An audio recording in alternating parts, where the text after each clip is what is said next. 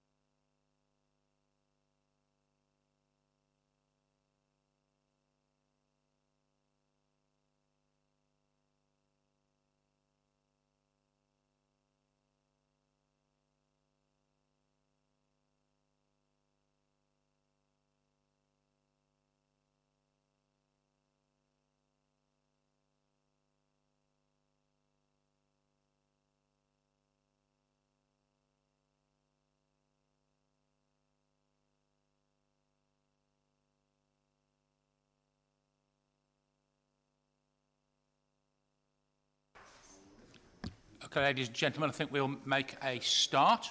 So, good afternoon, everyone, and welcome to Staffordshire Health and Wellbeing Board. Today, Thursday, the 2nd of March. in the Oak Room at County Buildings in Stafford. Can I remind everybody that this meeting is being broadcast live for those people out there on the web that would like to listen to what we have to say. I think we'll start initially, if that's okay with everyone. If we can just go round the room. There are some new faces here. Just introduce yourselves and who you are representing today. And we'll start on my left with Tilly, please.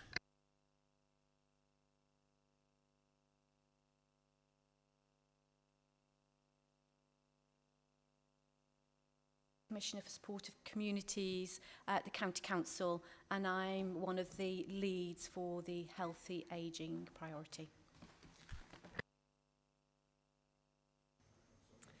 Good afternoon, I'm Vicky Rowley. I'm a commissioning manager in the public health team and also working on healthy ageing. Hello, I'm Nicola Day. I'm a senior commissioning manager in the Learning Disability, Mental Health, Autism and Carers team, and coming today to talk to you about what you see on the screen there, the Disability and Neurodiversity Strategy. Hi, good afternoon everybody. I'm Mark Owens. I'm with the Integrated Care Board. I'm a programme manager for Learning Disability and Autism, here today supporting Nicola. Hi everyone, I'm Andy Marriott. I work for Staffordshire County Council. I am Lead Commissioner for Learning Disabilities, Autism, Mental Health and Carers. Hello, I'm Neelam Hartwach. I'm Director of Children and Families for Staffordshire County Council.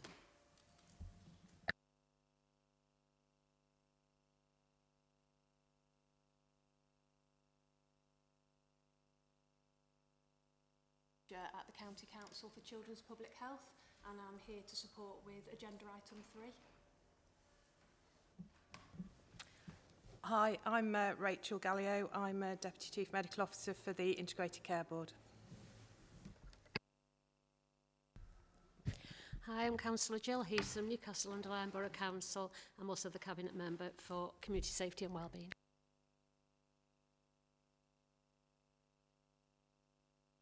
Be responsible for improving population health, long-term conditions and frailty. I'm here today to present the ICB strategy and the other representative of the ICB today. Good afternoon, I'm Tim Clegg. I'm Chief Executive of Cannock Chase District Council and Stafford Borough Council, and I'm here this afternoon representing the Borough and District Chief Executives. Good afternoon, my name is Baz Tamiz. I'm the Manager for Health Watch Staffordshire. Gary Jones, support Staffordshire VCSE representative on the board. I'm Ian Reid, Head of Prevention, Protection and Partnerships at Staffordshire Fire and Rescue Service. Richard Harlin, Director of Health and Care for the County Council. Claire McIver, also the County Council, Assistant Director for Public Health and Prevention. John Topham, work in public health, and I organise some of this meeting. Leo March, a member in Democratic Services Support Officer for Staffordshire County Council. Emma Sambach, Consultant in Public Health, Staffordshire County Council. Well, thank you everybody, and welcome to everyone here, and good to see some new faces. We've clearly got almost a full house this afternoon. Okay, so we'll crack on with the agenda. Do we have any apologies, please?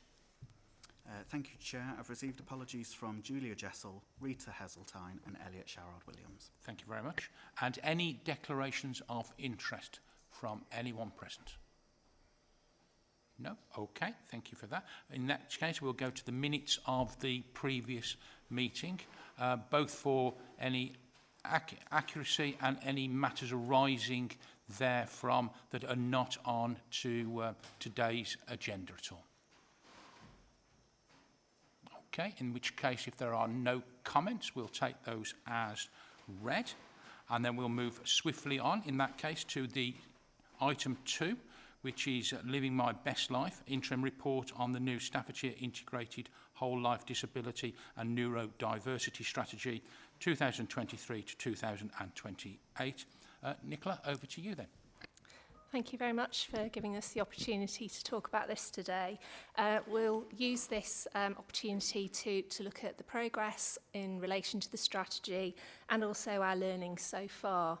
Today we have Andy Marriott, we have Mark Owens and myself who are representing 3 of the 4 individuals involved in our core project team around this. Apologies from Karen Webb, who's the Deputy Senior Responsible Officer for Learning Disability and Autism, representing the Integrated Care Board this afternoon. She's involved in engagement in relation to this strategy today.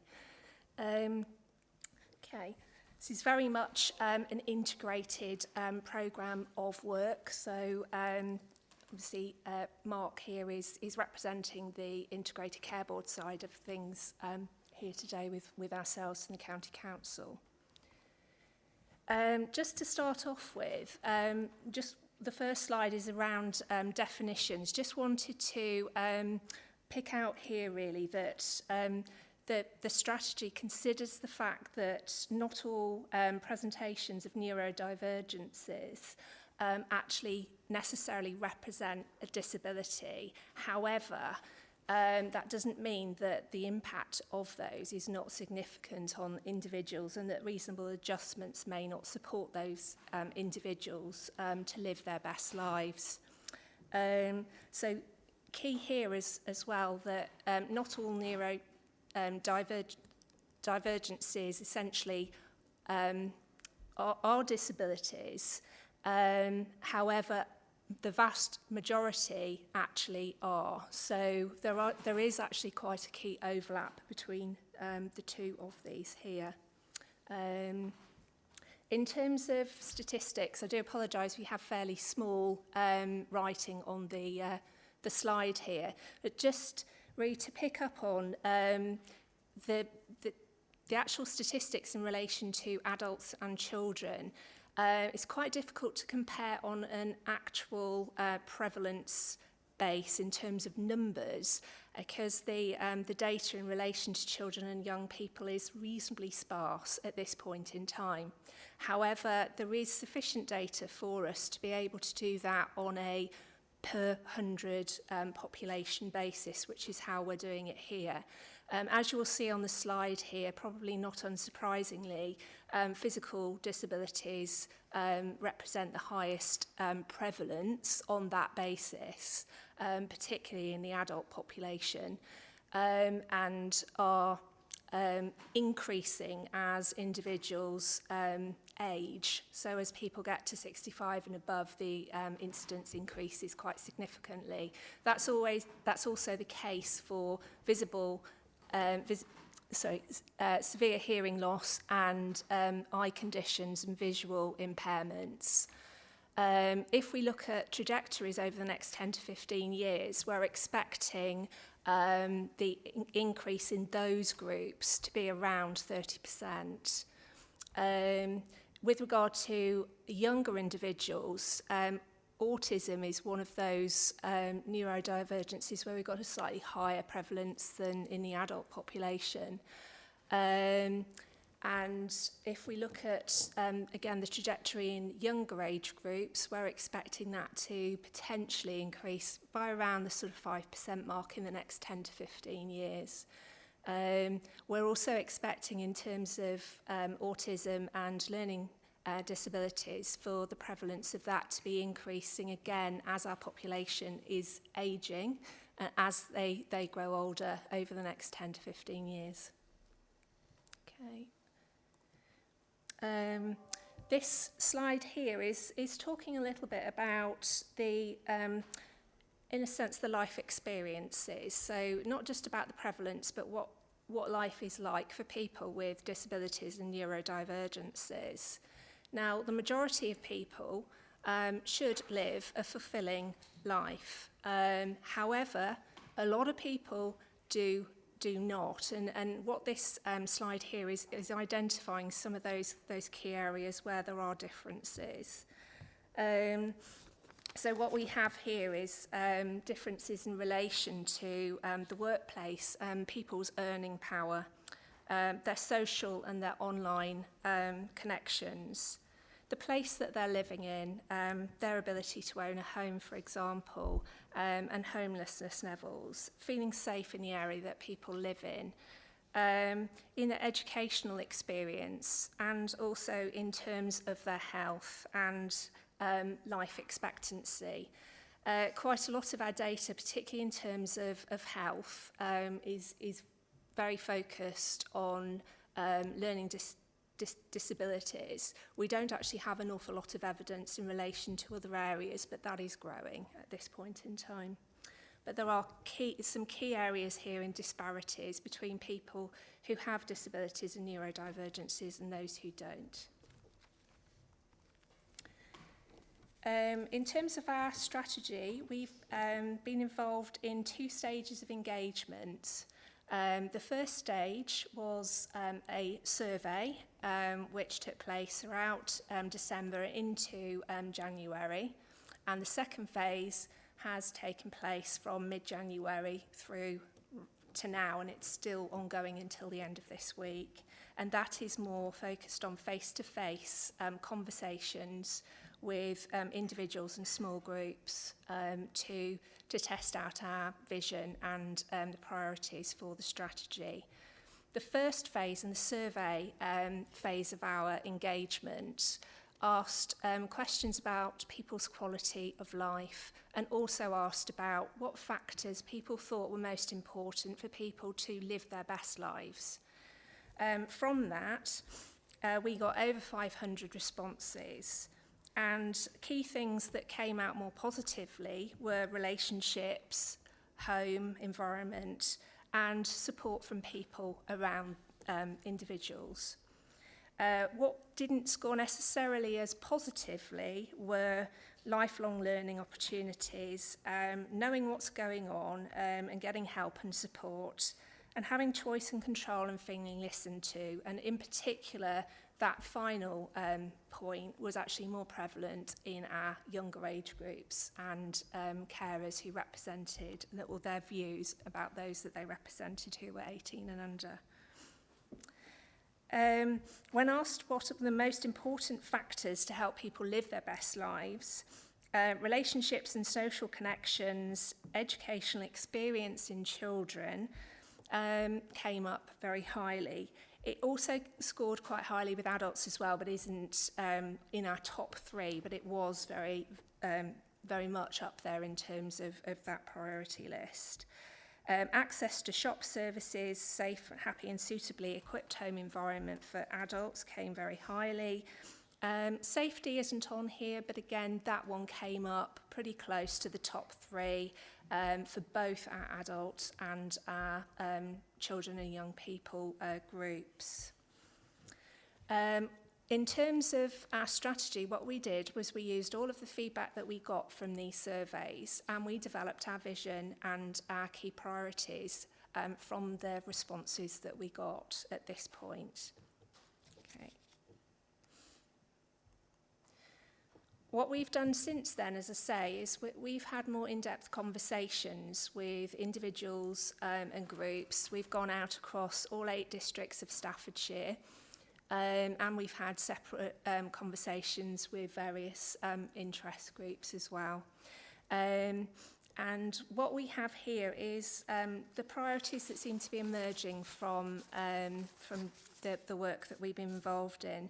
And interestingly, as we've engaged around our vision and our priorities, there hasn't been major sort of pushback in terms of the intentions that we are trying to move forwards with this.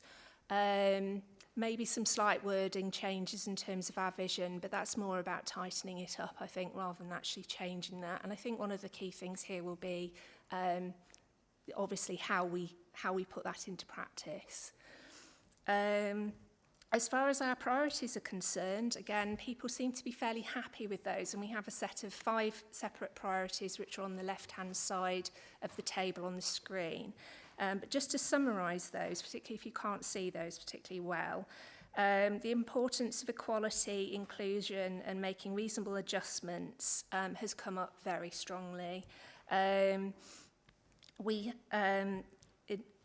have initiatives such as celebrating differences, for example, which has been one to identify good practice in terms of inclusion and promote that and share that. Things like that seem to be coming through as potential good practice options, I think, for us to consider. And another one is ensuring individuals, communities, businesses and professionals are fully aware and suitably trained as well in and around the needs of individuals. This, I think, is important because it's not just about those of us working in health and social care. This is about much wider awareness raising. So I think that's going to be an interesting challenge for us. Giving people with lived experience a voice and a platform to help articulate their needs and influence change and inform things like service changes. So bringing them into the heart of those decisions is key as well. Improving access for all individuals with disabilities and neurodivergencies to appropriate and accessible information and advice is coming up. And we're getting a lot of feedback that's saying that needs to be really from very sort of basic, day-to-day, in a sense, living, right the way through to things like, you know, specialist equipment and support and, you know, and potential, you know, the sort of support that might be available for people at various sort of levels for them to access. And then the final one is about giving the right support where it's needed, based on personal needs and people's individual sort of potential as well, and ensuring that that's sort of joined up across what we offer. So, you know, things like being able to allow people to tell their story once, etc. There's a whole range of different things that would support that. And just finally, on our final slide, this is just a summary of the approach that we see potentially coming through from the feedback that we've received. Helping people to help themselves, helping to build community capacity, so this becomes everybody's business. Keeping people at the heart of decisions that are made about them, embracing technologies and trying to reduce things like digital exclusion to these groups as well so that they can appropriately access information and advice that is out there and available. Reinforcing a strength-based and personalised approach, promoting independence through really that more inclusive society as well that allows people to be more independent, and encouraging the wider Staffordshire workforce and local communities to ask more about how can I help you, so that reasonable adjustments can be made for individuals. And we think that could make a big difference. That's been really, I think, quite a powerful statement that's somebody suggested to us as part of our engagement. So that's it in a nutshell at this point. Thank you, Mark. Nicola and colleagues, thank you very much for that. Opportunity now to comment, ask questions before we think about the recommendations.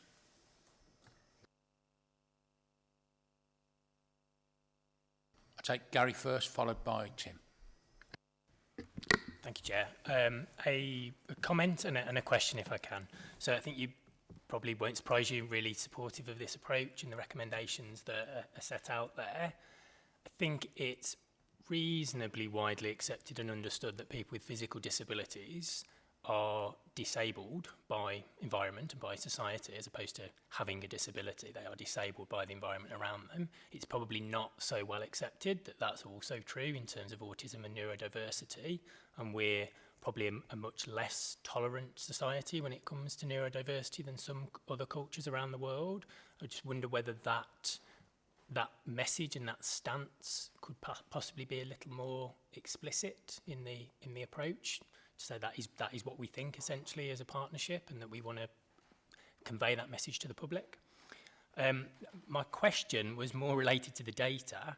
So there's two reds there, which is around young carers essentially. So my question is around, do you think that as a system we're enough joined up between, so you've come at this largely from the perspective of they're a young carer, probably caring for an older adult with a disability, probably a parent or maybe an older sibling, yet what this flags is the impact on the young carer and them not getting the right support. So my question is around, is there enough join up between you as the part of the council and the system that's responsible for the adult and the part of the council that's responsible for the young carer? Thank you. Okay. Please, colleagues, add to this if you want to. Just to clarify that, actually, Gary, in terms of the survey, we didn't specify young carers in there. So when you see carers of the under 18s, they are carers of people aged under 18. So it wasn't specifically for or focused on young carers. And also just to identify that we do have a separate strategy for carers as well. So as we're picking up any issues that relate to the carers' roles and things, what we're doing is we're making sure that will feed into any updates for that strategy as well. Just to add to that, the carer strategy runs out later in this year. So as part of that engagement, we'll be talking to young carers, and then we can link with the work here with that piece of work as well. Tim? Thank you. Thank you very much for the presentation, which I thought was very interesting. A request first, I'd be very grateful to have a copy of the slides because I couldn't read them, and I'd be interested to have a look at them. And then a comment or a question really around the last element that you mentioned, which was about encouraging the wider Staffordshire workforce and local communities. I wonder whether actually that might want to be strengthened. I think as employers we all have a responsibility that we recognise around providing opportunities for people with a range of disabilities to have the dignity of work and to be able to make a positive contribution to the community of which they're part through work. It's very difficult. This is such a wide range of disabilities and abilities that you were talking about. There will be people with a learning disability who will find some elements of work and getting into work more difficult. There will be others with a neurodiversity condition who will have particular skills and mindset and so forth that will actually fit them very well for work. And I think that is probably not understood as well as it could be by employers, and I'd like to see a more proactive approach to making employers aware not just of the issue as a whole but of the opportunities to engage people with a range of abilities, thinking of it as a positive model rather than a deficit model, so that can be changed. We're all struggling to recruit people at the moment, and actually it might be a good time and something that people would welcome. Thank you. Just a comment there, Tim. Things like the Celebrating Differences approach is very much about identifying good practice in terms of inclusion, I think, and trying to promote. And it was in a sense a campaign to really sort of promote good practice. I think things like that are going to be really important, I think, around what you've mentioned. So very much take that on board. Thank you. Come back briefly, and I'm not stressing this is necessarily your responsibility, but I think longer term I'd like to see something that's more direct, that engages with human resource departments of major employers, so that when we attract somebody to the area as an employer, that we're able to engage with them on this sort of issue, much as we would encourage them to recruit from areas of higher unemployment and so forth. A more proactive approach I think would be very welcome, but I appreciate it needs resourcing. Karen, you wanted a question or comment?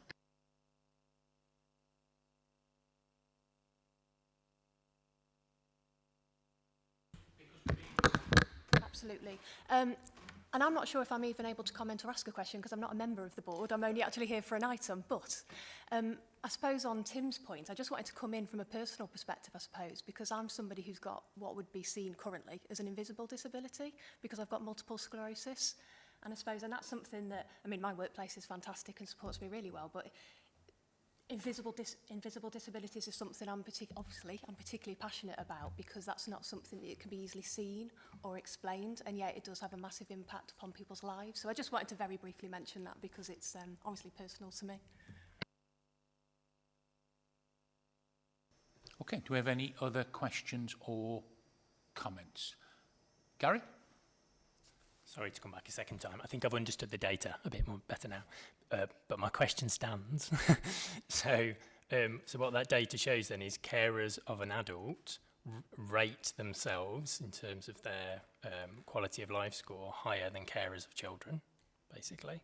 So the question stands, is there enough join up between those people supporting carers and those people supporting presumably children who have a particular need as compared to adults?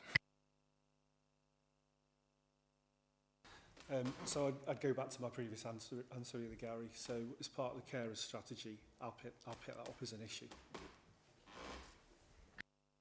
Lynn? Can I trouble you to use the mic? There you go. So clearly it's a strategy for adults, but when I do the presentation on the ICP strategy, we're adopting a life course model and very much around starting and growing well. And I suppose my question is, the hidden disabilities, particularly around learning difficulties, occur in school, and almost by adulthood it's not too late, but these children are already behind other children without disabilities, and I wondered if this will be applied to the children's strategy as well. Hi, I just want to make, this is actually an all-life strategy, so the focus will be across the board, but obviously it complements existing strategies that we have for SEND, for example, as well. So it is very much about whole life and about whole life experiences for all individuals. Thank you. Okay, if there are no further questions then. So the recommendations to the board on this item are to note the process for development of the new Staffordshire Whole Life Disability and Neurodiversity Strategy, and B, consider and comment on what has been learned so far and the draft vision and priorities of the new strategy. And I think I'll take it as read, as that's what we've actually done. It's not asking us necessarily to approve or otherwise where we are so far. So Nicola and the team, thank you very much. You're more than welcome to stay, but if you've got other things, you know, I'll fully understand. Okay, in which case we'll move on to item 3 on the agenda, which is Health and Wellbeing Board Strategy, Comparative Health Metrics and Performance Indicators, brought to us by John and Claire, according to the my notes here anyway. Claire, over to you by the looks of things. Thank you. So I'll just give a little bit of context and introduce the paper, and then Emma, my colleague, will add some additional detail in terms of interpretation of those data sets and I think where we'll probably go next with them. So just for colleagues who weren't around at the last couple of meetings, and just as a bit of a recap, I guess. So as part of developing the new Health and Wellbeing Board strategy, the board has agreed 4 priority theme areas and a lead for each of those, so they were signed off at the December board. A piece of work that went alongside that was done with colleagues in public health and the analytics team at the County Council to try and develop a suite of, I guess, health and performance metrics that we felt would be the most sort of robust and useful way for the board to try and evidence any progress against those priority themes, look at particular trends, any sort of areas of concern that might need some further kind of intelligence and insight. And so that piece of work was done last year, and the board asked for all of those metrics to be pulled together into one place, one document, for that to be used as the baseline. So that's what we're bringing today.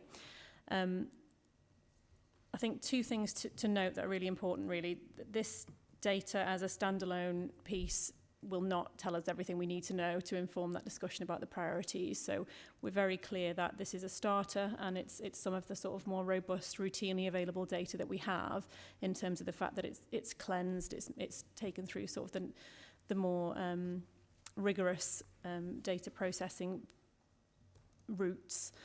That said, what will be really important, I think, is the interpretation of that data. So what it means, asking that sort of so what question, and the additional contextual information, the local service information, anything else that the priority theme leads can bring to that conversation to really sort of add that additional value in that local context. So I think that's a really important kind of caveat and something to bear in mind. So there's data within this document that it looks at Staffordshire and compares that to England, and it also looks at the last 3 data points, or the sort of latest 3 periods for that data, and that will be updated before each meeting if there is any updates to be made. Some of this will be updated annually or even less frequently than that. You'll see that the data is hopefully quite clearly denoted in terms of kind of good news stories, bad news stories, where we're doing better than the England average, where we're doing worse. But again, that all needs some interpretation and explanation, and I'll move over to Emma in a second to give a bit more of that detail. So it's proposed that this data is updated regularly as possible, and that it's used by the priority theme leads to provide that update to the board in terms of their thematic reviews once per year. I'll hand over to Emma, and then we're happy to take any questions. Hi. Yeah. In terms of the indicators that have been presented in the paper, they're all quite high-level indicators. So they're looking at mainly things across the population, that sort of thing. And I think it's really, really important to put that into context. So there's multiple factors that are going to have an influence on these. Some of them will be the programs and interventions that we have under each of the key areas. Other things that have an impact on these will be sort of broader and wider, and different agencies maybe have an influence on that as well. The other thing I think you need to think carefully about is there's often a lag time from when they're reported. So, for example, the mortality figures are usually about 1.5 years out of date. So anything you do isn't going to necessarily change those for a couple of years. Well, it might change things, but you won't actually start to see the difference for that length of time, because that's just how long they take to be recorded. So you'll notice on there, not all of them are available on a quarterly basis. And some of them as well, it's quite complicated with some of these because they're based on survey data. So some of the obesity figures are based on surveys. We're fortunate with the children's one in this, that it's kind of run in a similar format in the schools each time, but with the adults one, it's more of a lifestyle survey data thing. So that could be completely different cohorts. Again, sometimes they use different methods. So it's just really important to take the view that you might be doing the best program in the world, but it's not necessarily going to have an impact on those headline figures straight away. What I do think is really, really important is that anything that we say we're going to do to work towards those has got a good evidence base, and that we're recording information on the interventions at a lower level, so we can almost like sort of performance indicator, KPI level things for each program. I think then we can tell whether things are going in the right direction. And ultimately, we'd probably be confident that they may have some impact, you know, that they'll have impact on these overarching issues, albeit they won't be the only thing that does. The other thing about these sort of high-level ones that I think is important, we're looking to sort of update our JSNA, and I think, is that coming in the future to the June? So that we're going to, I think, do a paper on joint strategic needs assessment. What that gives us the opportunity to do is really break down a lot more data, and a lot more data that's related to some of these high-level indicators. So then we can start mapping out where in the county, you know, things are better or worse, what particular age groups, or different things about our population that gives us a key to understanding these indicators and how we can then address them and target particular interventions, campaigns, or whatever at that sector of the population. So I hope that's understandable for everybody. It's just kind of briefly about how these are important indicators in the sense that they highlight things where there may be some things going on at population level, but just to take them at face value won't give you really much answers to anything. Thanks. If anybody's got any questions, though, happy to ask. So before we go to any questions, my notes here tell me that the leads for the 4 areas will also be present. So we've got Tilly in relation to healthy ageing, Tony in relation to healthy weight, Karen in relation to mental health, and Neelam, it tells me here that Natasha will have briefed you about healthy start. So I won't ask you all in turn, but if any of you have any comments to make on this area of business so far, you know, willing to take that. And Karen's indicated, so we'll start with Karen. And I'm not going to pretend that I've spent a lot of time looking at this and thinking about it. So I've only managed to look at it quite quickly. And I'm conscious of what Claire and Emma have said about them being high level. And I'm also conscious of the fact that we can't have 20 indicators per priority area. But I suppose for good mental health, one of the things that I thought was potentially missing, unless I've misunderstood. There didn't seem to be a lot around children and young people in terms of mental health, and perhaps I've misunderstood some of the indicators. Perhaps it is included in some of them and I've just not understood that. And so some of the things that I was thinking of, which might be not high level enough, but some of the things that I think were important from my point of view were things like, and this isn't in no particular order, but some suggestions were things around, so in terms of the services that we've got for children's mental health around, we've got CAMS, we've got Tier 2 services and so on, the percentage of ineligible referrals into services, for example, because a child or young person isn't necessarily going to be in good mental health if they've got a need, but they're actually ineligible for the services that we've got. So there was stuff around ineligible referrals. There was things around, which is similar, percentage of re-referrals into services, because, well, why is that? Is that because they've had a service and their needs perhaps, in essence, haven't been met, and then at some point they've been re-referred? There's stuff around waiting times, because again, if you've got a mental health need and we need to intervene early, if they're on a waiting list for forever, then obviously they're not going to necessarily be in good mental health. There was stuff around outcomes, because we always focus on numbers accessing services, but of course it's in the nicest possible way, so what? It is, you know, they've accessed a service and did they actually achieve their kind of goal-based outcomes as a result? So that's the same whether it be for Action for Children, which is commissioned by the local authority and the ICB, or whether it's CAMS. You could turn that into an indicator just generally for outcomes. I wondered about the percentage of children who are on an education, health and care plan around social, emotional and mental health needs. And I've had conversations with colleagues across the system, so Staffordshire and Stoke, around potentially getting to a point where we might think of doing a regular, let's say 2 yearly, off the top of my head, kind of survey to try and get thoughts, children and young people's thoughts on mental health. You know, do they understand how to manage their own mental health? Do they know what they can be doing to support themselves or to support each other? And that would involve a survey. So those were the things that were popping into my mind, and I'm not saying we should have all of those, but I thought that there were some things related to that were probably missing from the data set. I would agree with that, and I think that's what I was referring to. There is, I don't think you're right, in our indicator set there's a high level one for children's. That may be because most of these have come from public health outcome framework. It may be that there's not an appropriate one at that level that we can use, or maybe it isn't showing anything particularly alarming in Staffordshire. But all those things you've just mentioned, I would highly recommend that you would monitor at that level below. I think that they'd be good to illustrate, particularly the outcome one. And if you've got treatment outcomes for something like that, that would be excellent, because historically we haven't always. The other thing is, because you're talking about the CAMS service and there's multiple different services at different levels, isn't there? So if we had an overarching indicator, that's a good example of how that would potentially have an impact on that overarching indicator to some degree, but not the whole degree, because all those other services plus your general wellbeing stuff probably does.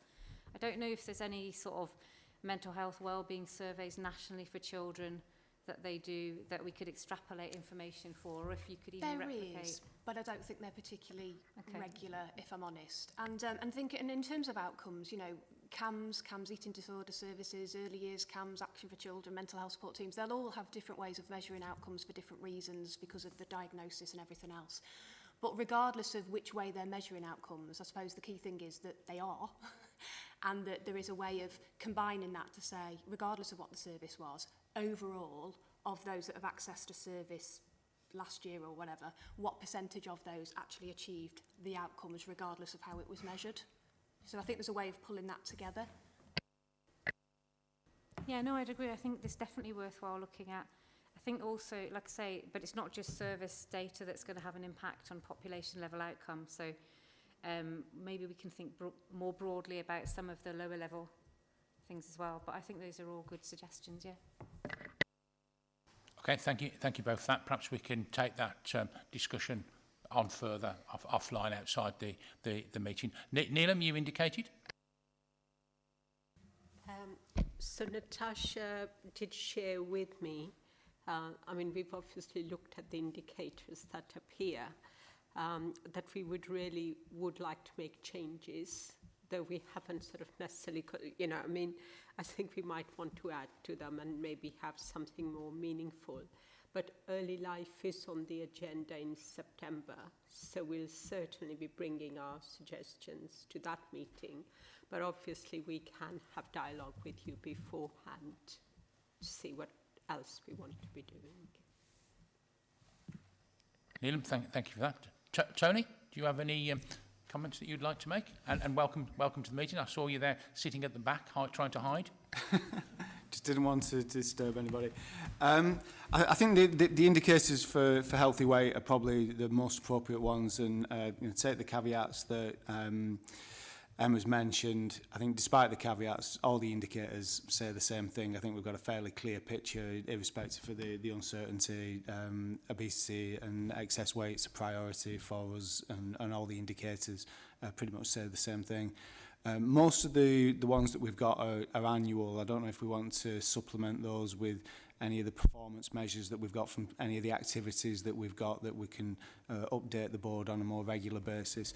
Again, none of the indicators are perfect, but it might be useful to have something in there around some of the services and some of the activities that we're doing. So the annual indicators, we might not see huge changes. The confidence intervals are fairly broad, and we could be doing some really good work for 3 or 4 years before that shows up in some of the annual stats. So it might be worth supplementing with some of the indicators that we've got from the Better Health Staffordshire programme that we've got ongoing, if that's relevant. I think that's good if you've got like completion rates or anything like that and any outcomes similar to what Karen mentioned. I think that's a really good idea in the shorter term. Bob. And last but not least, Tilly. Yeah, we have mentioned sort of outcomes and data in the paper, which we'll be talking about, but we may as well sort of raise it here. It's probably fair to say that because the healthy ageing has been a sort of a newer priority to the board, we've probably had less sort of time to be thinking and developing this. I suppose the key points from our perspective is at the moment it's a bit similar to what Karen was saying is they are very sort of almost that health focused and sort of that driven by the data, and I appreciate that's probably what is available. What I think we would certainly like to see are some of the more the wider measures that will indicate sort of positive healthy ageing. So I think for us, as we move forward with this programme, I don't think we're at the stage yet to say exactly what. We've got more work to do, but we would certainly like to develop these so they become a little bit more rounded. Claire, do you want to come back on all of that? I will, thank you. All really useful comments and input, thank you. So I think the board has agreed all along that this doesn't have to be a fixed set of data. I think the important thing is for us to come back to those questions that we asked last year, which were around the robustness of the data we're choosing, how regularly we can access it, whether we have the availability of that data when we need it. Do we understand what it's telling us? So some of that rigour that we applied to the process last year to identify these metrics, I think we probably want to do again to some of the other suggestions. But that's also not to say that we can't have additional data that's then included as part of the thematic updates as well, because I think that would be the really important bit that brings it to life. So we may keep this relatively high level just so that it's manageable and it doesn't become a 40-page document. And because we're confident that this data set is relatively rigorous. But on top of that, and in addition to that, we have all the contextual information and all the localised sort of service data that we've just talked about. So I think we can have some of those conversations, Emma and I, with the theme leads to try and make sure we've got the right ones in here without making it too big, I guess, and to make sure we're happy with that data that's included, if that feels comfortable to everybody. Claire, thank you for that. So any other members of the board have any questions or comments they would like to make before I go to the recommendations? No? Okay. In that case then, the recommendations to the board is asked to note the contents of this report, which I think we've done, acknowledge the baseline data for the previous agreed comparative health metrics and performance indicators, and then agree to the suggested update frequency, format and sharing process outlined. Is everyone happy with those recommendations? Okay, without anything to the contrary, I'll take that as read then, in which case then we'll move on to item 4, which is the, item 4, update on healthy ageing priorities. Tilly. Thank you, Mark. What I do want to start with is an apology from my co-lead, which is Zafar Iqbal. So Zafar Iqbal is a public health consultant at MPFT. So unfortunately, Zafar wasn't able to attend today. We won't be using we won't be using the presentation. So I think, as I just mentioned when we were talking about the data, probably the healthy ageing is one of the newer priorities for the board in terms of the refresh. And just a bit of a reminder, this paper is just reminding us why it is important. I mean, what we need to remember is that people's experience of ageing will vary. Some will have a very positive process in terms of ageing once they retire, very active, very involved life. And others will experience chronic conditions over a period of time, which will sort of reduce their quality of life. I think what we are hoping to do with this priority, in essence, is to sort of basically support the emphasis of people to live longer but better. So we know life expectancy is increasing, but actually what we really want to ensure is that as people sort of age, that they still maintain a quality of life. So that is really the nub of the priority in terms of healthy ageing. The other issues there that we want to just ensure is that we don't over-medicalise, and that is actually coming through from our health partners as well. We're working closely with Rachel and her team in terms of the frailty strategy as well, so we are sort of joining this up. So very much about how we can reduce the amount of time that people may spend in hospital, particularly towards the end of life. There is some stats in the paper. I'm not going to go through them in great detail. I say that the key message, and it will have come through from previous reports that you've seen, is that we know that the population nationally is growing, and certainly within Staffordshire we do have a growing population, certainly, and people are, I say, ageing. That the aged life is sort of increasing. So that's one of the key points. The other one, as I say, is around that quality of life. What we are seeing is that on average in Staffordshire, women spend about 20 years of their lives in poor health, and men will spend 18 of their years in poor health. So that's what we are trying to do, is to reduce that gap. Just a few other sort of bits of information that are important is why we're seeing sort of that sort of quality of life sort of not as good as we'd like, is that about 1 in 4 adults have a limiting long-term illness. And as people get older, that increases to about 50%. I think the other important thing is, as we're seeing that our population's ageing, we are seeing that our working population is reducing, and this will have an impact as we move forward, and it particularly has an impact in terms of, we heard some of the issues around caring earlier on, and also the workforce.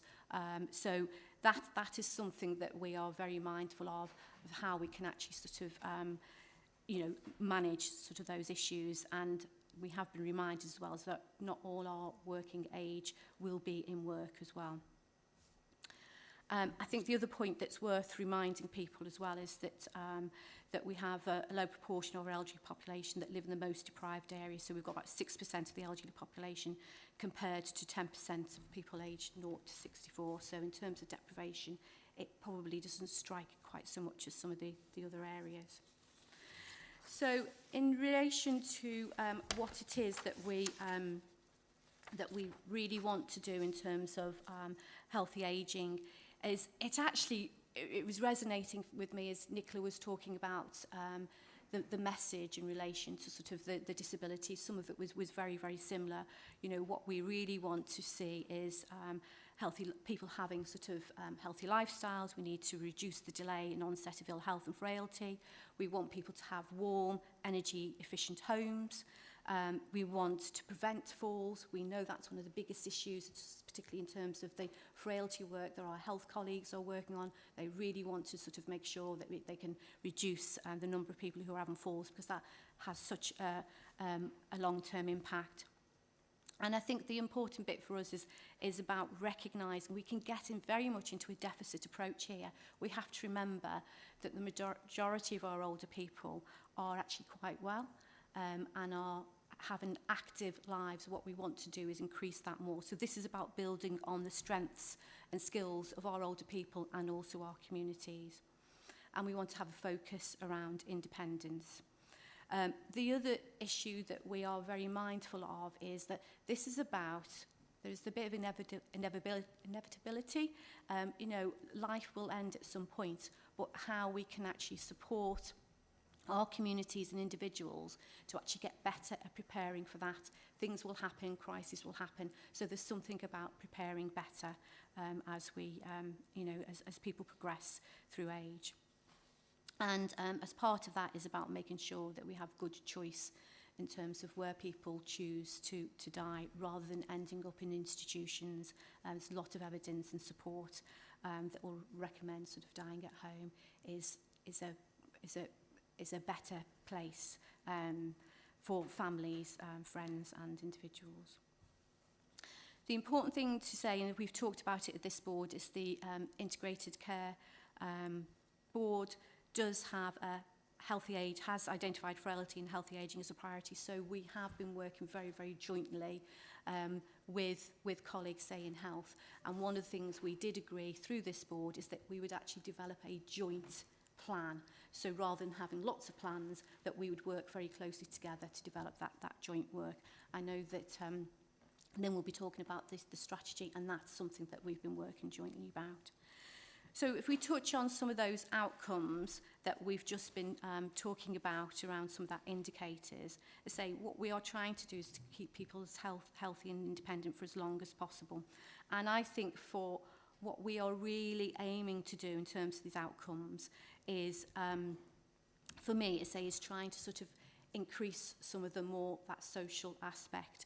We want to increase the percentage of people who feel they belong in their community. So this is very important. This is about feeling connected, feeling engaged, feeling involved, reducing the issues around loneliness. That's one thing that comes up time and time again through our own sort of evidence base, that lonely people actually sort of have a pretty poor quality life, and it is a big issue.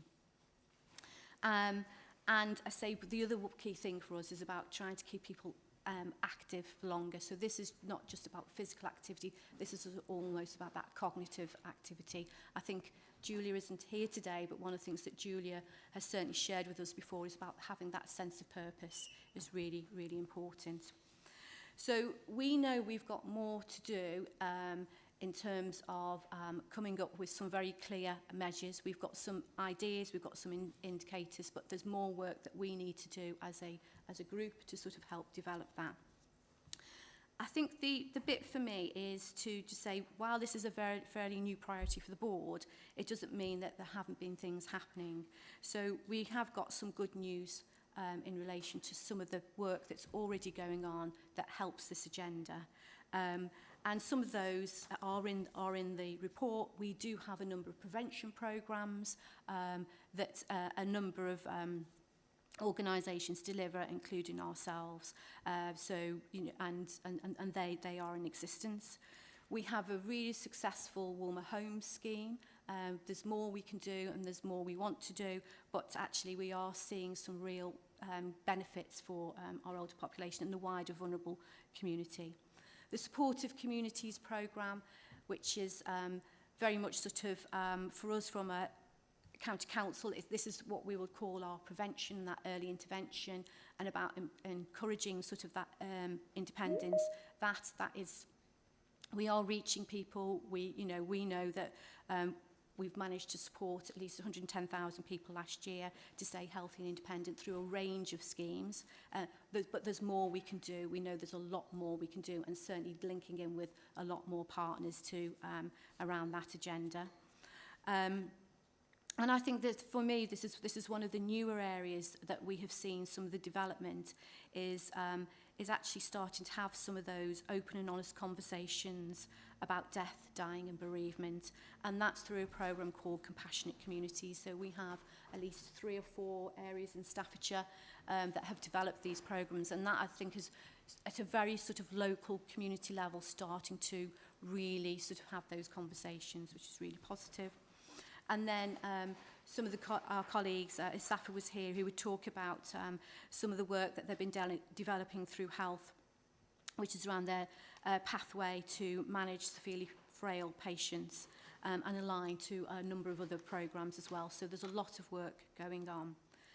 But there is more to do, and there is more that we have got in development at the moment, which will contribute to a longer-term plan.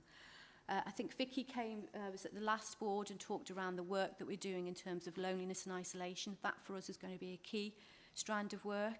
There's a lot we can do there, and there's some real, some good sort of piece of work. So we know that for us is something we want to develop and make sure it is consistent across Staffordshire.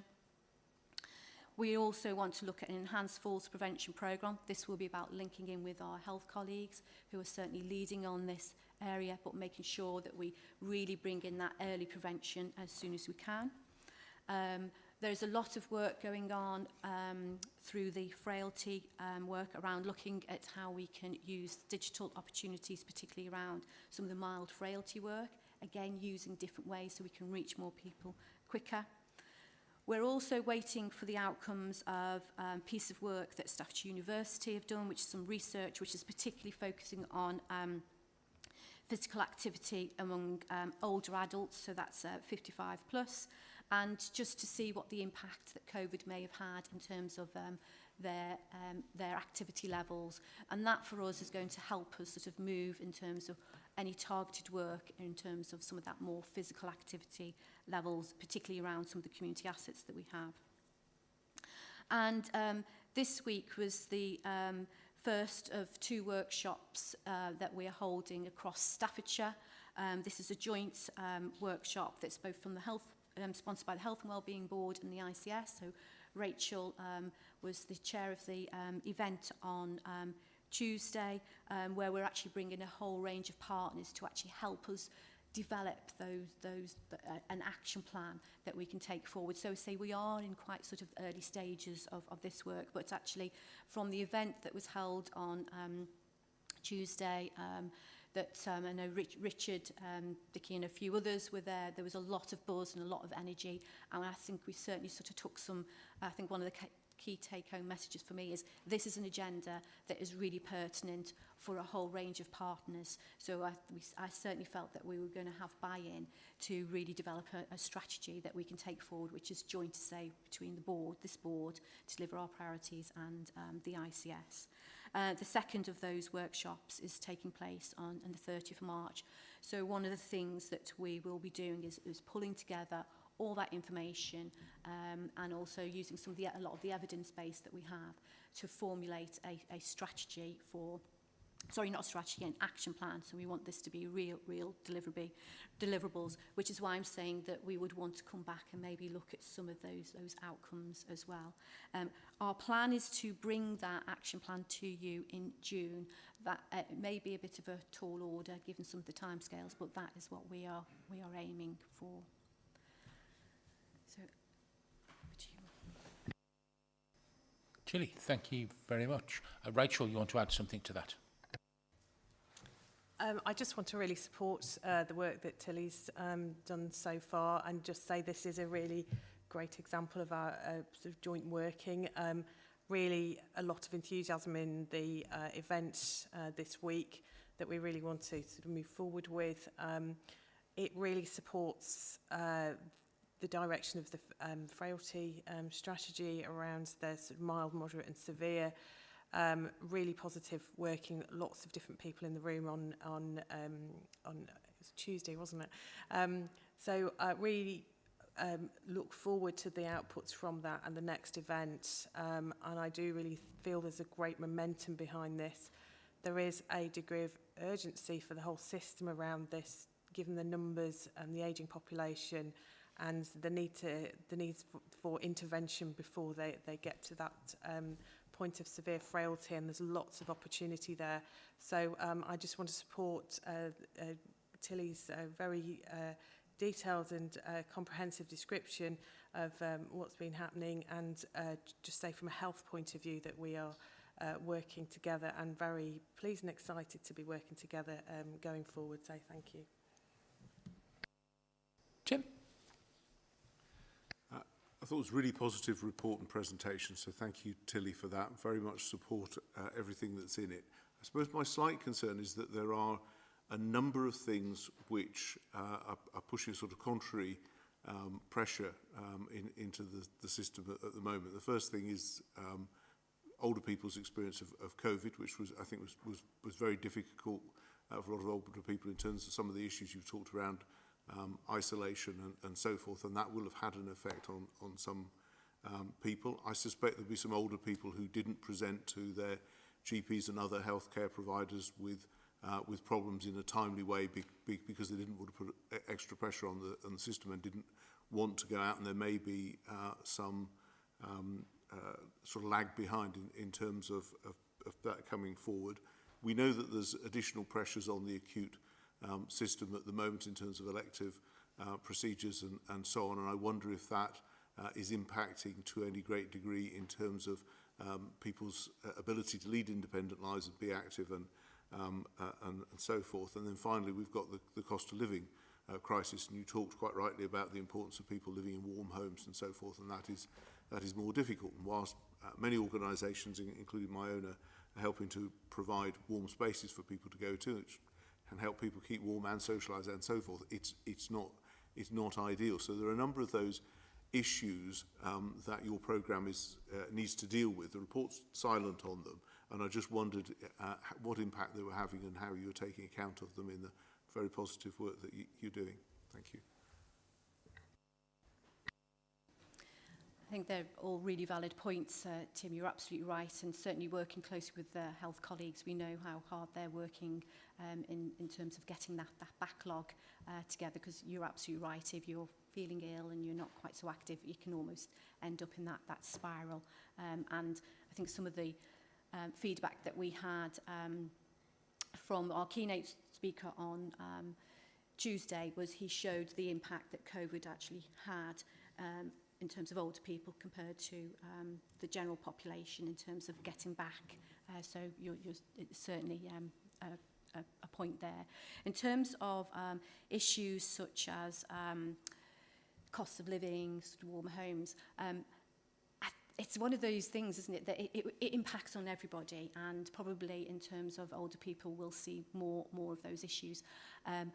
For me, this is how we work this agenda across some of the other work agendas. It's not necessarily for this board, but certainly colleagues in public health and colleagues within the local authorities are looking at things like health and all aspects, because I think that's where there will be some real opportunities. One of the things I did want to say is Rachel and I have had some conversations about joining up some of the work around warmer homes, particularly focus how we can find some of those people that we think will benefit most because of some of the health and frailty issues, and how we can sort of fast track them into some of our programs as well. So I think it's such a broad area, and we almost need a lot of tentacles and lots of places, but some of my colleagues I know are working on that health and all agenda, and this definitely I think links into that. So I don't know if Claire or wants to sort of add anything more. Yeah, by all means, carry on. I just wanted to obviously make the link to your particular work stream and the fire and rescue service in terms of, we see the elderly population a much higher risk of being affected by fire, and of course the outcomes of this work stream could mitigate some of those risks if people have better mobility and things like that for longer. There's also just to make you aware that we're very interested in the falls prevention agenda, and I don't know if you're aware, but we are currently involved in a falls response trial with the ICB in sending personnel to patients that have fallen, who aren't injured, that we can get back to their feet and prevent more serious concerns for them. So it's just really to make that point and say how we might be able to feed into your work stream or work together in the future. Chair, thank you. Any other comments on that before we go to the recommendations? Okay, in which case the recommendations are note the progress to date and agree the timescales to receive our Healthy Ageing Delivery Plan. Agree the proposals to review and update the outcome measures and indicators to reflect the priorities. Okay, if there's nothing to the contrary, I'll take that everyone is in agreement with that. So, Tilly, Vicky, thank you very much.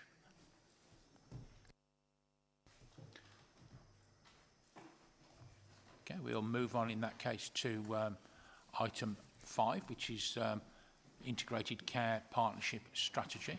And Lynn, am I right in saying that you're doing that? Okay, so we're in your hands then.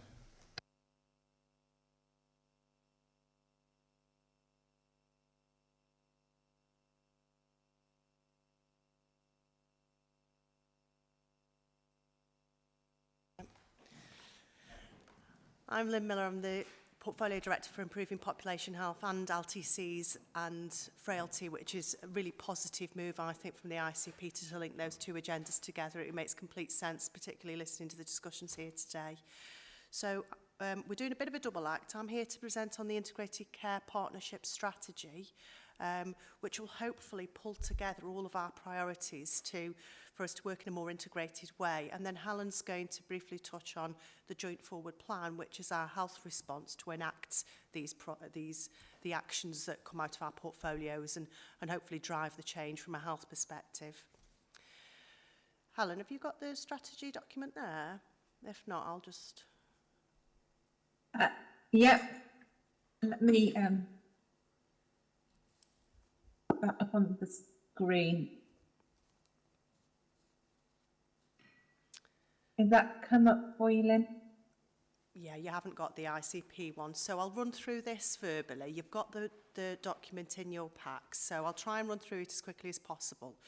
So in terms of the Integrated Care Partnership Strategy, I think it's important to note the context of how health is changing. So you may remember that we previously worked through the clinical commissioning groups, which were clinically led GP membership organisations. From the 1st of July, we've actually moved on to our organisation, which is what the NHS does, isn't it? But I think there's a real difference now in terms of how health will engage with wider partners.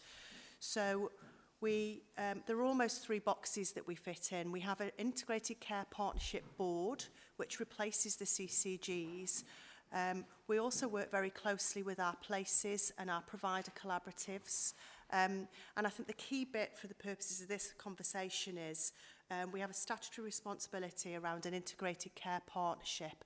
And that brings together 60 of our lead stakeholders across the system. That includes health, fire, police, local authority, elected members. It's chaired by Councillor Alan White and Councillor Abby Brown from City of Stoke-on-Trent, and also David Pearson from the ICB. And it's very much a partnership approach. So the purpose of developing a care partnership strategy is one that all of our partners will adopt.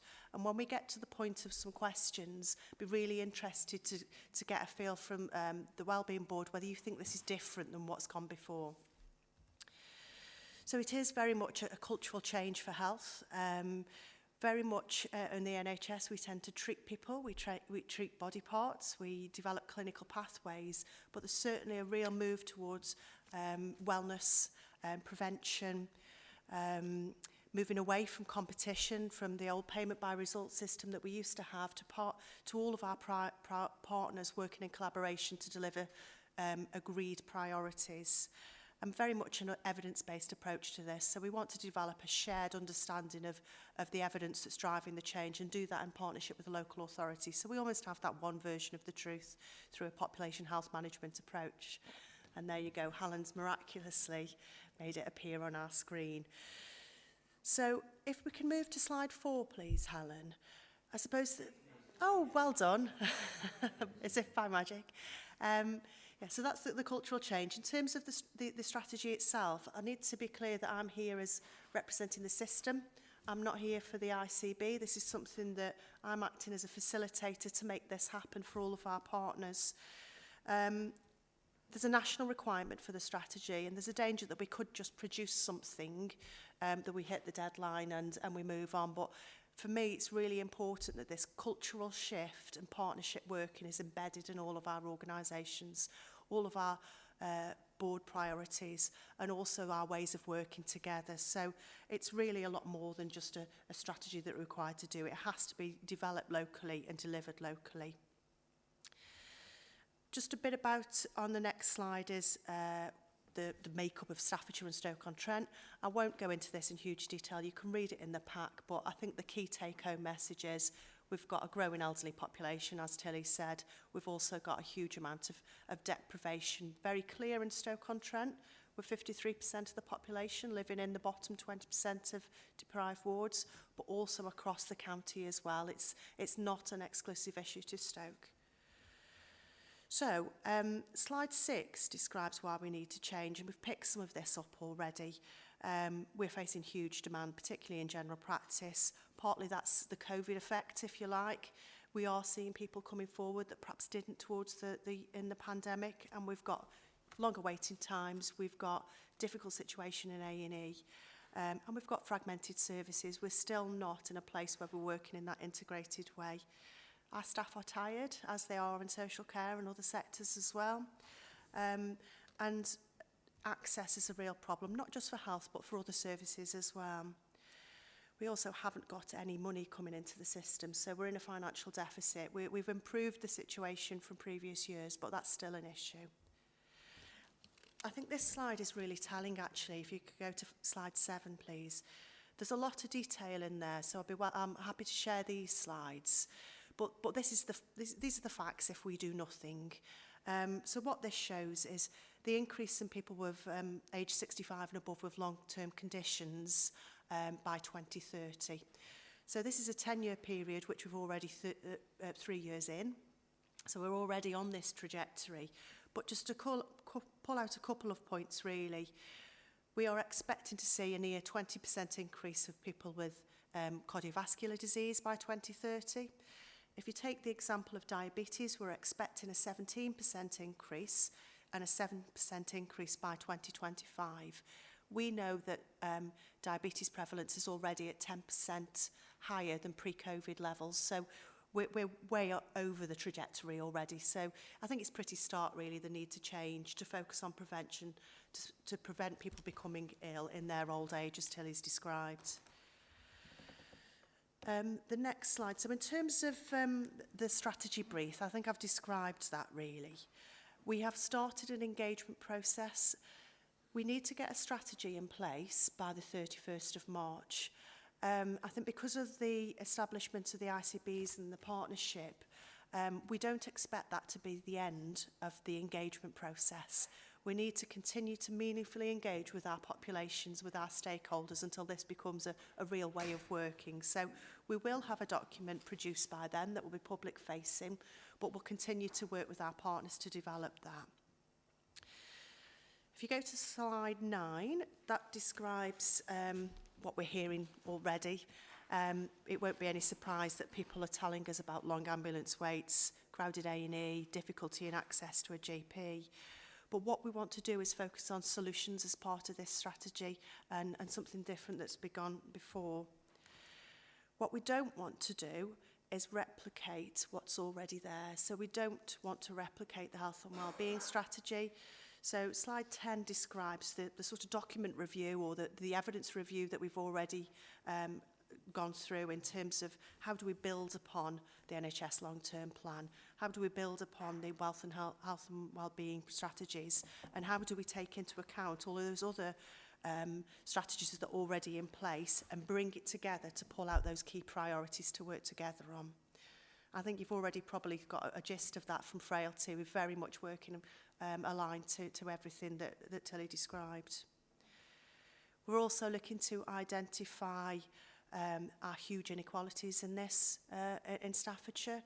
I think in the local authority and social care, some of this will be more well known to you than us, and I will say that health starting from a position that's not in the same place. So I led the COVID vaccination programme for Staffordshire, and that was the first time the stark reality of the inequalities jumped out at me, and it made me very clear that we can't treat everybody in the same way. We have to recognise that people want information in different ways, they access services in different ways, and we have to adopt our styles to that.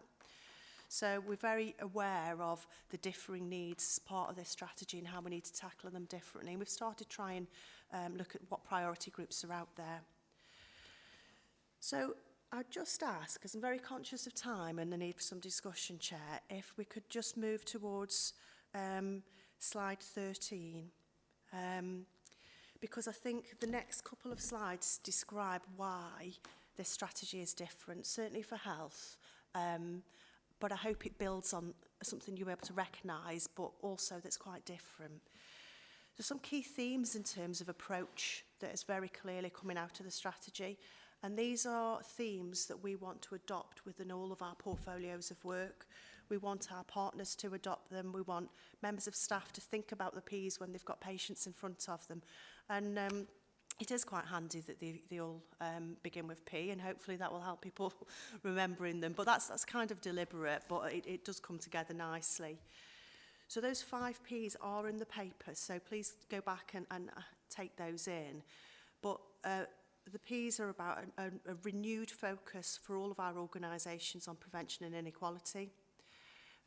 Productivity, which is one of the areas that hasn't been received very well by the public, but I think it's really important we keep that in there. It's not just about saving money, it's about best use of all of our collective resources. We want to focus on personalised care, so it's very much developing our integrated care teams, recognising differences in individuals, but we want to engage with populate the people and communities, so personal responsibility around what we know as patients but are actually people is key to this, as well as using the assets within our communities to help us develop our strategies and deliver what we need to do differently. So it's all of our collective assets, really. If you go to slide 14, that describes our kind of plan on a page, if you like. Again, the life course model is something that's very well adopted in social care and the local authority. It's not new to health, but I think given the years I've been in the NHS, there's been a shift towards that treatment model and not necessarily the holistic person. And of course, people recognise living and dying, don't they? So this is something that the population understands. What we are doing at the moment is mapping the health outcomes against each of the 5 life courses. So starting well, growing well, living well, ageing well and ending well, and looking what as a system at a very high level we want to achieve. We need to recognise also those key issues that are present now around A&E difficulties, the urgent care system, primary care access. So in developing this strategy over a 5 to 10 year period, it needs to start taking action now and start contributing through to deliver some of those current issues. And the intention is, from a health perspective, we'll deliver that through our portfolios of work, which we want to ensure are system portfolios rather than just health-based. So bringing together frailty in one room, for example. The Ps are defined there around the approach that we want to take. So that's the different bit. That's how we all want that shift towards early identification and prevention, etc. And we want to be in a position where, in delivering this new way of working, we'll be able to impact on, improve health and wellbeing outcomes, address inequalities in the system, achieve a sustainable system for healthcare and our wider partners, because it doesn't feel like that at the moment, I don't think. And to work with, in partnership with communities around those wider determinants of health, which is, again, is something since public health was separated from the NHS, I don't think we've done very well. So there's some real opportunities here. I shall pause there, Chair, because I think it would be I'd be really keen to hear the board's views on on whether this feels different, and your feedback around the P's, whether we focus the approach around the life course is one that you'd support. So really over to people to give me comments and views and challenge me, please. Thank you very much for that. Most interesting, and good to see that that's been developed. In some cases, very similarly along the lines of the strategy that this board has. So, questions, comments? I've got Claire. Yeah, we'll start with Claire then. Thank you. I think you're right, Lynn. I think the conversation does feel different, and I think it's probably born out of much stronger relationships, aided by all the work we've done over COVID and other projects. I think the strategy where it's at now makes sense. It sort of links into all of the other bits of work that are happening, and like you say, it's really tricky to try and make sure it aligns but doesn't duplicate and overlap, and I think that will continue to be a challenge for us. I'm not sure we've got the answers yet still, and I think where it fits with things like the Health and Wellbeing Board strategy and how we make sure we're not asking people to sort of double run pieces of work or double report on particular progress measures and things like that. I think it's probably some of the detail we still need to work through, but that's not a challenge unique to here, is it? Everyone's facing that same difficulty up and down the country, so I think we can get there, and it's just going to mean good communication and some sensible decisions, I think, between us and being quite pragmatic about it. But I agree, I think there's been some really healthy conversations over the past few months in getting the strategy to this point now, so I've really welcomed that. Any other thoughts and comments? Well, certainly got our Gary. Thank you, Chair. I mean, overall, I think the strategy is something that we can get behind and the sector can get behind. If I'm nitpicking, I think the current way that the life stages are described are a tad negative and a tad deficit based. They don't tend to say this is what we think good grow well is and this is what we think good live well is. They tend to say what all the problems are. And I think you might just have to bite the bullet and not have that P for productivity. Unfortunately, I think it's got a bit of a connotation of people aren't working hard enough. And I know that's not what you mean, but I think you're going to struggle to get away from that connotation. It's just going to alienate the workforce. So yeah, get the thesaurus out and see if you can find another P that means what you intend it to mean. But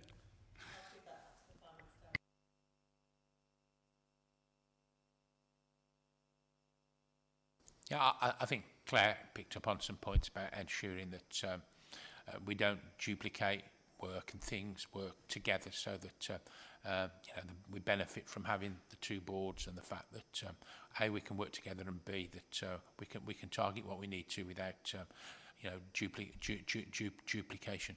So if no one else has any other comments or questions on that, the recommendations to the board are: the board is asked to support the initial integrated care partnership strategy and actively engage with where appropriate to turn the strategy into reality, and B, take time to actively discuss and comment upon the initial strategy at Appendix A, and C, to take opportunities available to them to socialise the ICP strategy in appropriate forms, using the initial ICP strategy at Appendix A to provide the framework for such socialisation.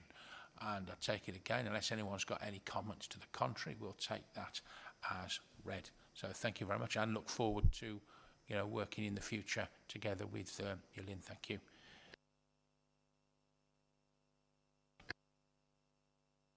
We'll move then on to the next item, which is item 6, which is Staffordshire Better Care Fund.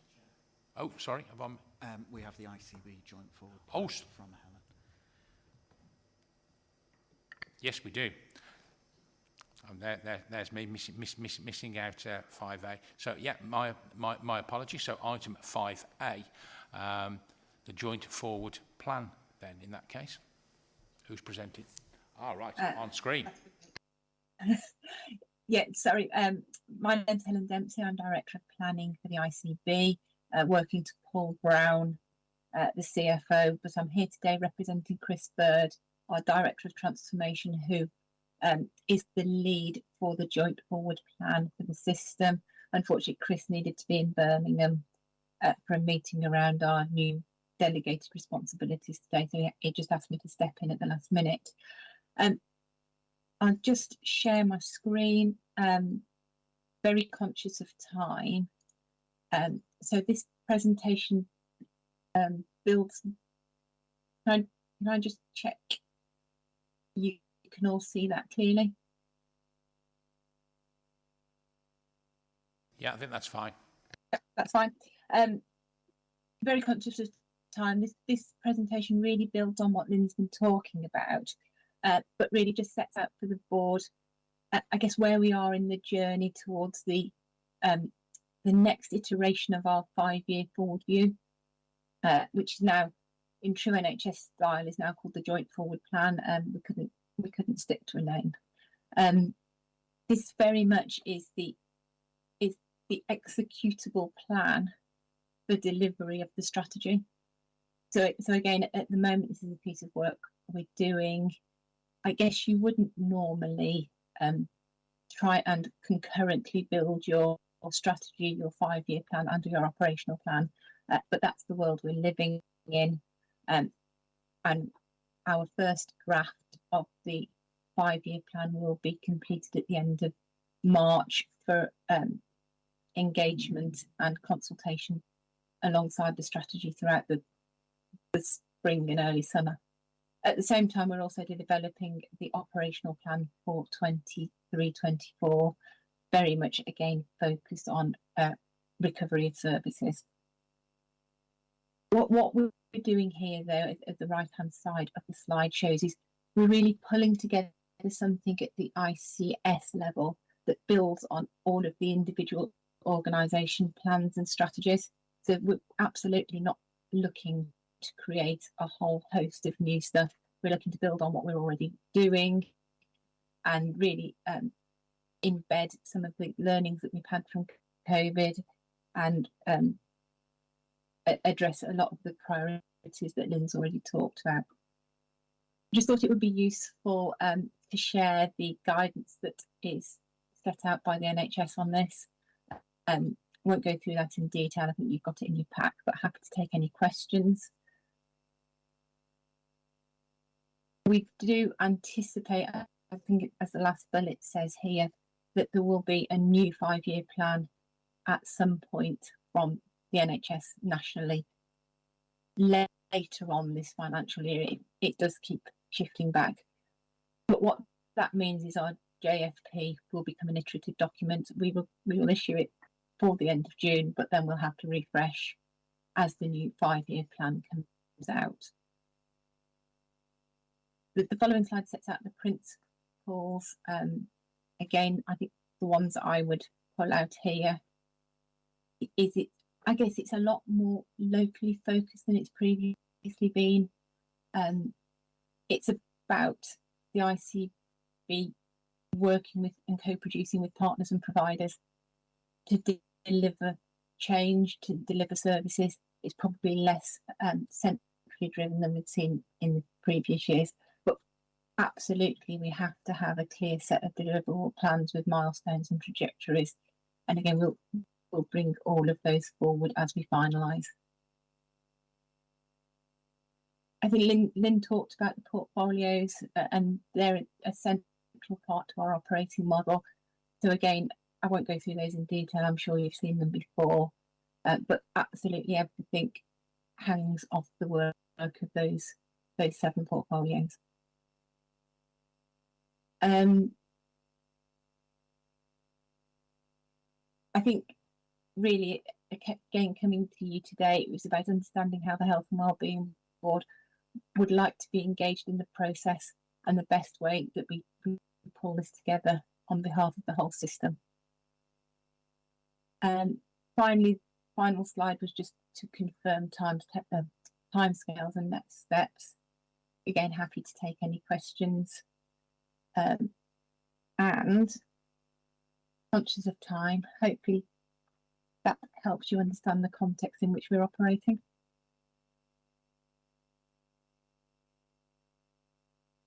Okay, thank you. Okay, thank you. I think sometimes there's a little bit of difficulty, isn't there, when we have a hybrid meeting with the sound. I don't know how you found the sound there.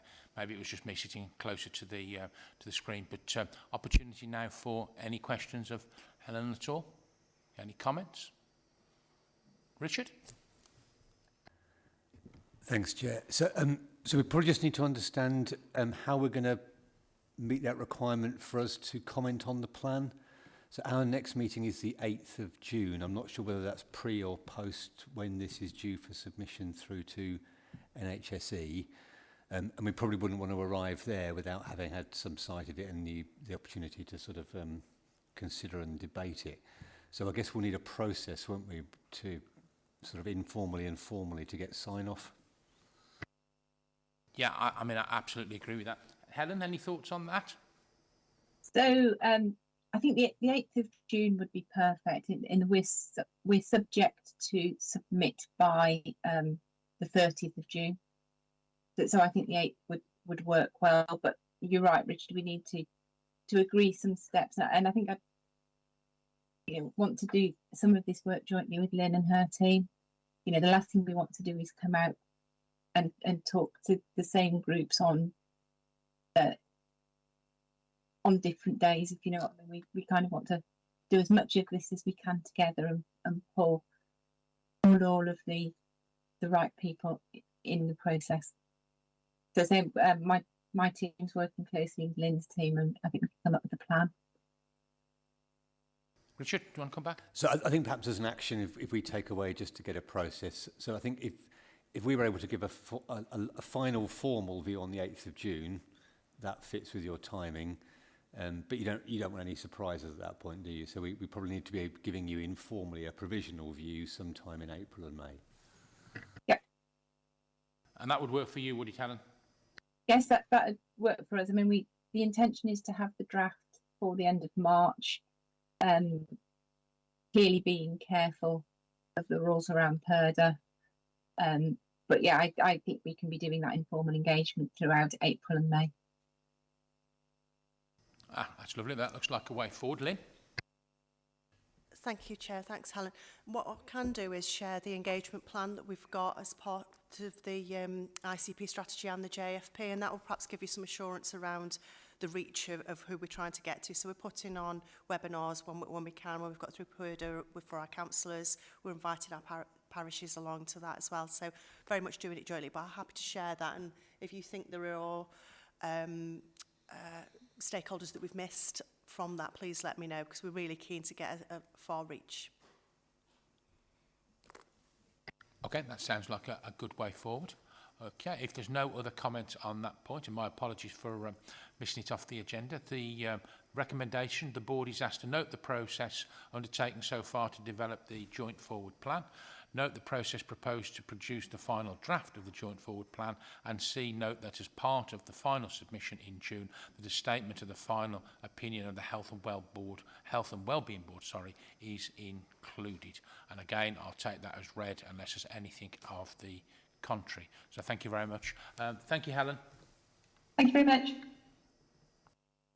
Okay, so we will now move on to the next item, which is the Staffordshire Better Care Fund. Helen, is that going to be yourself? I saw you sneaking, well, not sneaking, coming there a few minutes back. Thanks, Mark.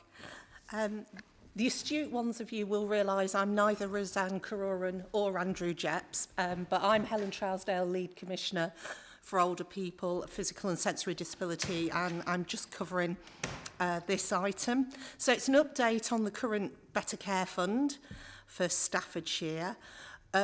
Just to really appraise the board that we had a very late addition of £6.4 million in November, which is the Adult Social Care Discharge Fund and the ICB Discharge Fund, which had been, I think, indicated way back in the late summer by central government that there would be funding available to support discharge, but we didn't get the announcements until the end of November, which required a very fast turnaround.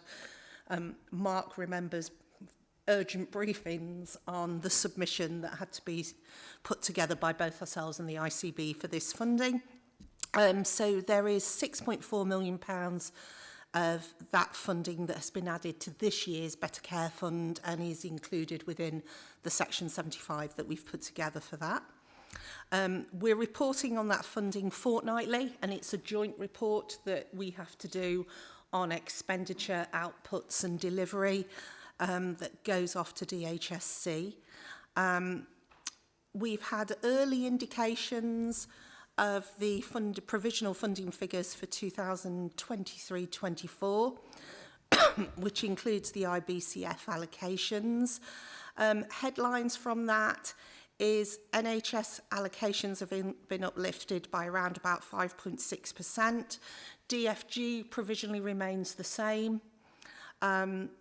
We've included in the report under Table 2 a breakdown of the funding and how it's going to be split, but we do need to do some work with colleagues in the ICB for how we're apportioning the 5.6% uplift, but also the new announcement of the additional adult social care discharge fund that comes through to both ourselves and the ICB. So it's been repeated for next year, and we're currently doing some work on what we're going to include for that and how we're going to put a plan together for that funding.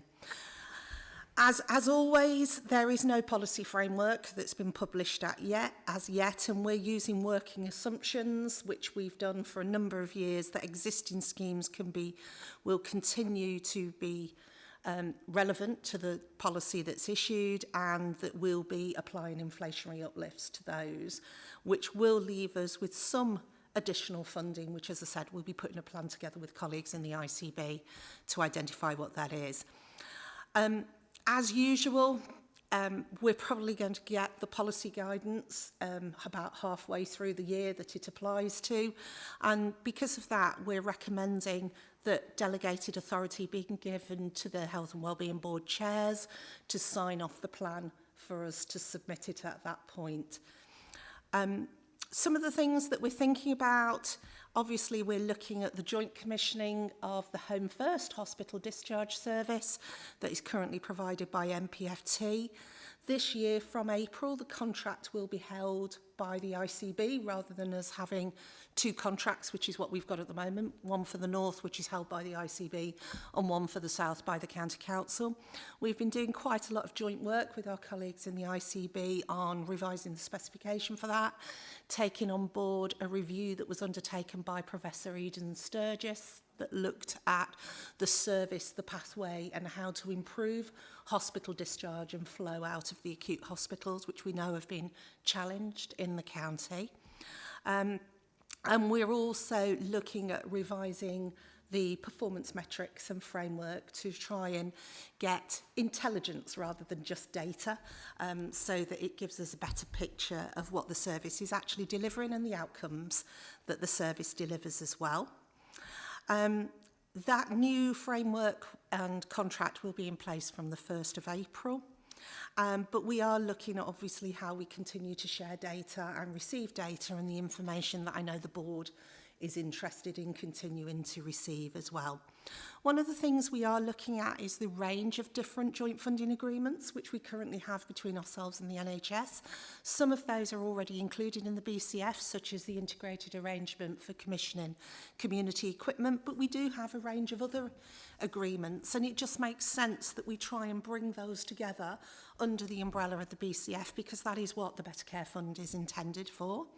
So we're looking at home care health tasks. These are tasks where the County Council commissions on behalf of the NHS health tasks that are incorporated as part of a care package. So, for example, rather than having a provider that's commissioned by health going in to do one element of the care and a provider commissioned by social care to do the personal care elements, we commission a joint package on behalf of both partners.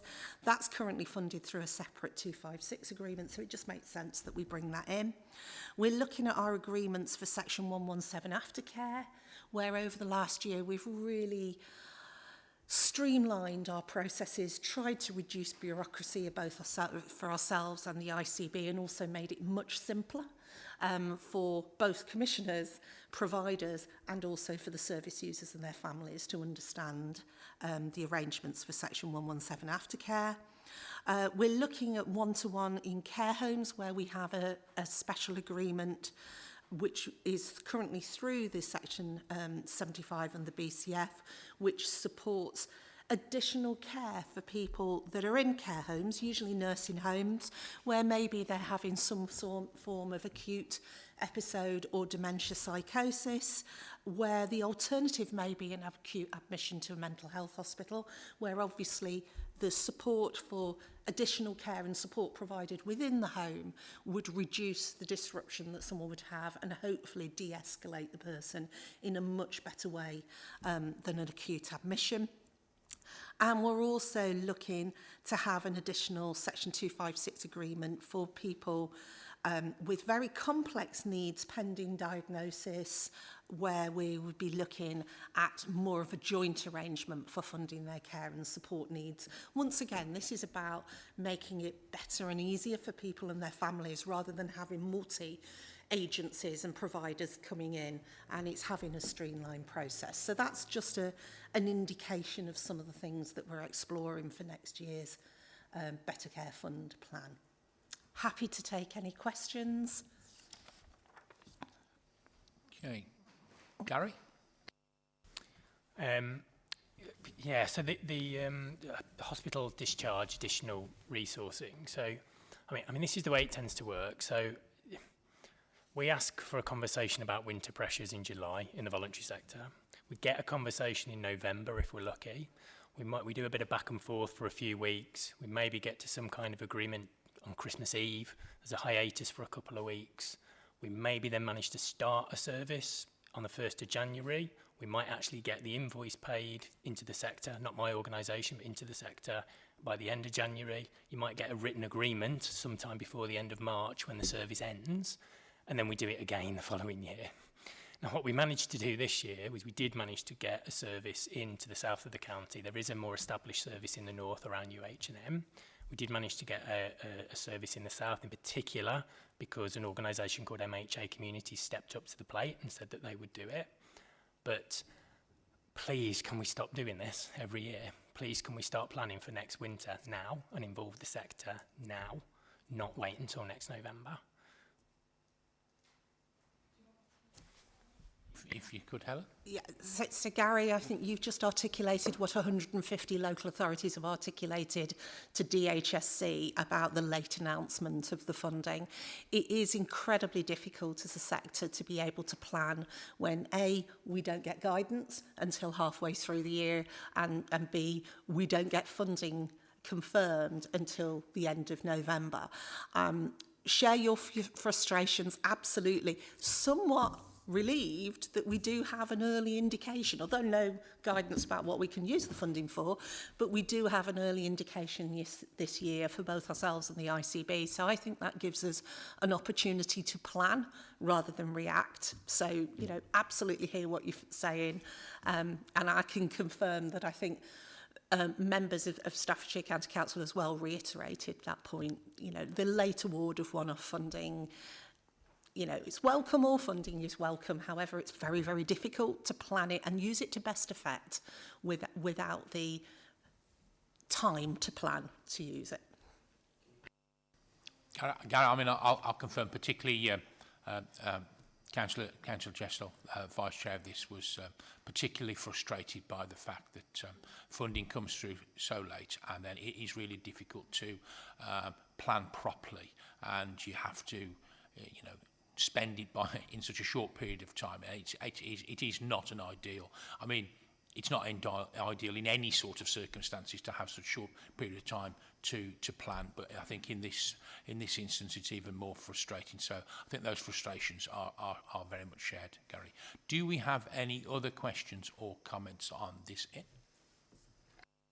Yeah, fire's got a particular interest in hospital discharge. We find people are at greater risk of fire once after discharge. They may have suffered poorer mobility than they had previously, and those kind of issues. So we'd be interested in finding out more about that and how we can work together to identify those people and you know, make them safer in their own homes quite soon after they're discharged. Okay, Ian, thank you for those comments. Any other questions or comments, Helen, at all?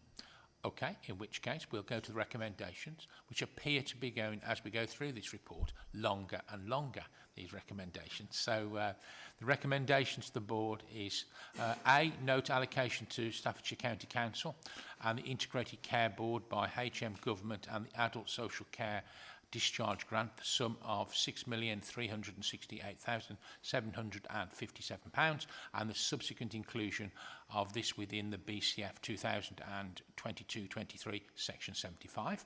And B, note that 2023-24 National Better Care Fund policy framework has not yet been published. However, indicative funding for 2023-24 is outlined in Table 2 of this report, and this now includes a further hospital discharge grant allocation. The Council and the ICB will need to agree expenditure, balancing additional capacity against maintaining the capacity we already have.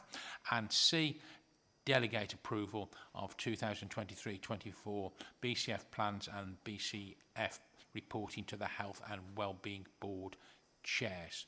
So, any comments, and just particularly item C, which will delegate that approval to the chair of the Health and Wellbeing Board. Is everybody happy with that? And I think that's a yes without anything to the contrary. So thank you very much for that. In which case we'll move on to item 7, which is the forward plan. John. Yeah, just a quick one. Last time we did agree kind of a structure for meetings anyway. So the planned agenda items next time are the priority topic, which is healthy weight. So Tony will return next time. Health Watch, Baz is down there. So Health Watch are on the agenda for next time, as is children's safeguarding. There are a couple of other items floating around that have been mentioned today as well. So JSNA is one of them. I think Tilly talked about healthy ageing follow-up as well, so there's something on that. And ratification of the full plan for ICS as well will be on that as well. So that's what we've got. Any other thoughts? No. In which case there are no items in private, so there is no need to exclude the public. Just before we finish, I did fail to mention earlier on the questions from the public, and that there were no questions from the public. So thank you all very much for your attendance, and look forward to seeing you at the next meeting in June.